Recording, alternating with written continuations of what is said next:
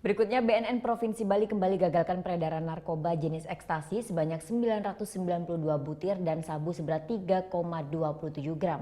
Narkoba tersebut dikirim dari Surabaya melalui jasa angkutan travel. Komang Sudarma, mantan napi kasus narkoba, kembali harus berurusan dengan hukum atas kasus serupa.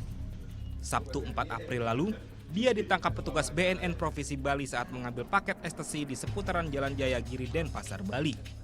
Penangkapan ini berawal dari informasi terkait pengiriman paket kiriman ekstasi dari Surabaya menuju Bali menggunakan jasa angkut travel. Tindak lanjuti informasi ini, petugas berhasil memantau paket narkoba di Pelabuhan Gilimanuk dan meringkus tersangka saat menerima paket tersebut. Dari pengakuan tersangka, peredaran paket narkoba yang ia terima dikendalikan oleh seorang napi di Lapas Madiun. Jadi diterima langsung oleh si Komang ini, barang ini. Jadi ini jumlahnya 10 klip ekstasi 992 butir ekstasi, kemudian 3 klip sabu-sabu beratnya 300,27 gram sabu-sabu. Sebelumnya pada akhir April lalu, BNNP Bali juga menangkap 2 kurir narkoba, yakni Iwan Boris dan David Purba. Dari kedua tersangka, petugas amankan barang bukti ganja seberat 400 gram. Atas perbuatannya, kini para pelaku peredaran narkoba ini terancam hukuman maksimal 20 tahun penjara.